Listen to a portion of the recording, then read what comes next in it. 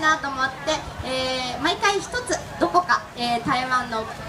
団のどっかの場所をね紹介することにしてるんだよね。今日はこのみんなのコスチュームで、分かってくださるかなと思うんですけど、台湾の原住民族、先住民族の話をしようかなと思います。今度台湾万歳という、映画が7月の22日にも公開されるんですけど、台湾の台東を舞台にして台湾の日本時代の、人たちのドキュメンタリーになってます。その時スポットライトを当てられたのがこちら台東です。こちらには台湾の先住民族、ブヌー、パイワン、アミスなどの方がたくさん住んでます。台湾の先住民族といってもものすごい種類がいらっしゃるんですね。全部で何民族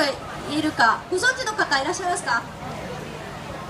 はい、あんまり出てこないですね。実は政府に正式に認定されてるだけで16います。で、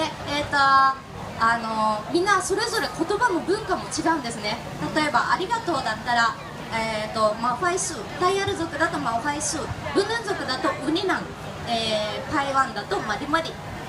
朝族だとアビオビオユっていう風に全部違います。それぐらい多彩な文化がまだきちんと息づいて皆さんそれを喋ってらっしゃるっていうのが台湾の多民族多文化、世界で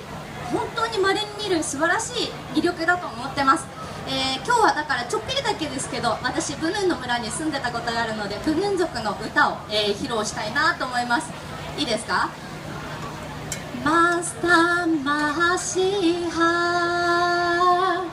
マスターマシハ